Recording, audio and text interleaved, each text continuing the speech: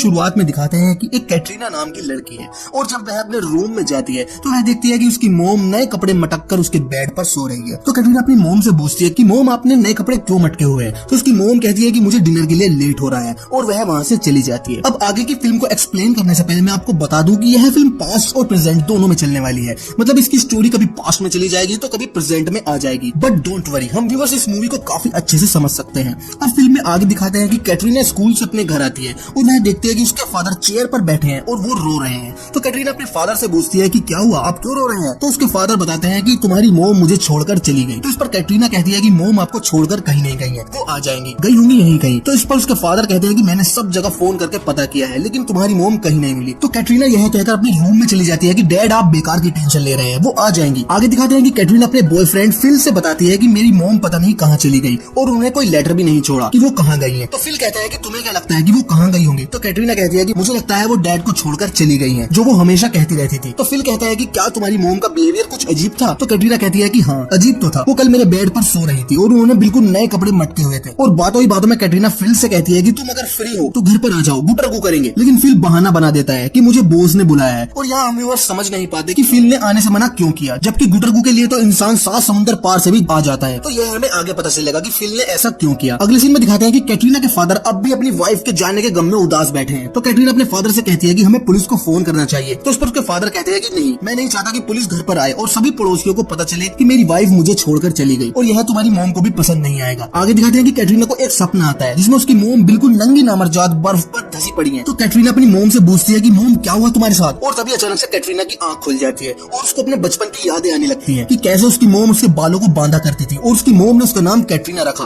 और प्यार से वह उसे कैट बुलाती थी क्योंकि वह हमेशा से बिल्ली पालना चाहती थी। जबकि हम व्यूअर्स देखते हैं कि कैटरीना को भले ही वो कैट कहकर बुलाती है लेकिन कैटरीना की मोम की खुद की आंख बिल्ली जैसी थी। आगे दिखाते हैं कि स्टोरी पास्ट में जाती है जहाँ कैटरीना शीशे के सामने सिर्फ तौलिए में खड़ी होती है। तो वहाँ अचानक से उसकी मोम आ जाती है। तो वह बड़े ही खतरनाक लुक के साथ कैटरीना से पूछती है कि क्या तुम उस लड़के से प्यार करती हो जो हमारे पड़ोस में रहता है। यहाँ वह फिल के बारे में बात कर रही होती है। तो इस पर कैटरीना कहती है कि तुम्हें इससे क्या लेना देना। तो कैटरीना की मोम कहती है कि मैं तुम्हारे डैड से बिल्कुल भी प्यार नहीं करती। तो कैटरीना एकदम गुस्से में कहती है कि तुम ये सब मुझे क्यों बता रही हो, जाओ किसी और से कहो ये सब। और वह वहाँ से चली जाती है जिससे यूनिवर्स को पता चलता है कि कैटरीना की मोम किसी न किसी से अपना दुख शेयर करना चाहती है। आगे दिखाते हैं कि प्रेजेंट टाइम में कैटरीना और उसके फादर कैटरीना की मोम की मिसिंग रिपोर्ट लिखाने के लिए पुलिस स्टेशन पहुंच जाते हैं। लेकिन वहाँ पर मौजूद डिटेक्टिव कहता है कि हर हफ्ते न जाने कितनी औरतें मिसिंग होती हैं और वह कहता है कि आप रिपोर्ट लिखा दीजिए, कुछ भी पता चलेगा मैं आपको बता दूंगा। और वह अपना कार्ड भी इनको देता है। तो यहाँ कैटरीना इस डिटेक्टिव को बहुत ही गंदी नजर से देखने लगती है और उसका दिया कार्ड तुरंत लेकर रख लेती है। आगे दिखाते हैं कि कैटरीना के फादर अपनी वाइफ को ढूंढने के लिए जगह जगह उसके पोस्टर लगाते हैं और वह कैटरीना से कहते हैं कि तुम्हारी मोम ने मुझे कभी प्यार किया ही नहीं था। आगे फिर से स्टोरी पास्ट टाइम में दिखाते हैं जिसमें कैटरीना की मोम खुद तो बहुत ज्यादा संवर कर रहती है और साथ में वो अपने घर को भी अच्छे से संवार कर रखती है और वो हमेशा एक मूवी स्टार की तरह सच संवर कर रहना पसंद करती है। और साथ में वह अपने हस्बैंड को कुछ नहीं समझती और ना ही वह अपने हस्बैंड से सही तरीके से बात करती है। जबकि कैटरीना के फादर जब अपने ऑफिस में जाते हैं तो वहाँ की सभी औरतें उनके साथ संभोग करना चाहती है लेकिन यहाँ कैटरीना के फादर उन्हें बिल्कुल भी भाव नहीं देते और घर के अंदर कैटरीना की मोम कैटरीना के फादर को भाव नहीं देती। यहाँ तक कि वह कैटरीना के फादर के साथ संभोग भी नहीं करती है जिसकी वजह से कैटरीना के फादर बेसमेंट में जाकर अपनी वाइफ के लिए एक कविता पढ़ते हैं कि रात को जब अरमान जगे और बीवी ना दे साथ, बेसमेंट में नीचे आकर इस्तेमाल करूंगा हाथ, अगर तुझको नहीं देनी है तो इस पे लगा ले ताला, जाकिर भाई के मंत्र द्वारा संभाल लूंगा अपना भाला। और यह दर्द भरी कविता को पढ़ने के बाद कैटरीना के फादर रात के 2 बजे तक